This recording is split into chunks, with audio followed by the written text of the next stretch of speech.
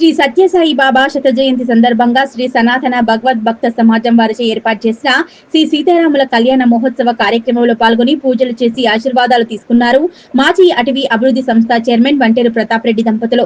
సీతారాముల కళ్యాణ మహోత్సవంలో సాయిబాబా స్వయంగా సృష్టించిన బంగారు దివ్య మంగళసూత్రం నిర్వహించే కార్యక్రమంలో పాల్గొని చాలా అదృష్టమని తెలిపారు.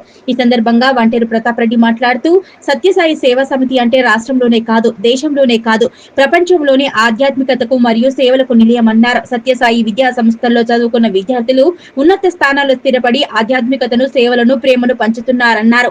సత్యసాయి పుట్టపర్తి పాఠశాలలో, కళాశాలలో చదువుకున్న వారు కలెక్టర్లుగా, ఐపీఎస్లుగా, డాక్టర్లుగా, ఇంజనీర్లుగా ఉన్నత స్థానాల్లో ఎదుగుతూ ప్రేమను, ధర్మాన్ని, ఆధ్యాత్మికతను పంచుతున్నారన్నారు.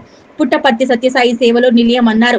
పుట్టపర్తి సత్యసాయి సేవలో ఆసుపత్రుల్లో చిన్నపిల్లలకు హార్ట్ ఆపరేషన్లలో, గుండె సంబంధిత వ్యాధులకు గాని, లంగ్స్ వ్యాధులకు ఇలాంటి ఎన్నో రకాల వ్యాధులకు ఉచితంగా రూపాయి ఖర్చు లేకుండా సత్యసాయి సేవలు దేశవ్యాప్తంగా అందిస్తున్నామన్నారు. మన నియోజకవర్గంలోని కొండపాక మండలంలో పుట్టపర్తి సత్యసాయి ట్రస్ట్ ఆధ్వర్యంలో విద్యార్థులకు ఉచితంగా నాణ్యమైన ఉచిత విద్యతో పాటు చిన్నపిల్లలకు గుండె సంబంధిత జబ్బులకు ఉచితంగా వైద్యాన్ని అందిస్తున్నారని, ఉచితంగా రూపాయి ఖర్చు లేకుండా హార్ట్ ఆపరేషన్లు చేస్తున్నారన్నారు. సత్యసాయి సేవా సమితి అంటేనే సేవా కార్యక్రమాలు అని అన్నారు. దానిలో భాగంగానే ఈ రోజు బురుగుపల్లి గ్రామంలో సత్యసాయి సేవా సమితి ఆధ్వర్యంలో బాలనర్సయ్య స్వల్పాహార సేవా కార్యక్రమం, ఉదయం విద్యార్థులకు నిరంతరంగా బ్రేక్ఫాస్ట్ కార్యక్రమాన్ని ఏర్పాటు చేయడం చాలా అభినందనీయమన్నారు. ప్రతి మనిషిలో సేవా దృక్పథం రావాలని ప్రతాప్ రెడ్డి కోరారు. ప్రతి మనిషి ఆలోచించి సేవలు చేసి తాను తన వంతు కృషి చేస్తున్నానని ఆలోచన చేయాలని తెలిపారు.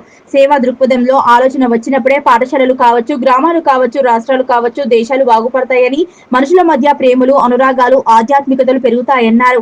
ఈ కార్యక్రమంలో సత్యసాయి జిల్లా అధ్యక్షులు నరసింహులు, వెంకట్, నరసింహారెడ్డి, వెంకటేశం భక్తులు పాల్గొన్నారు.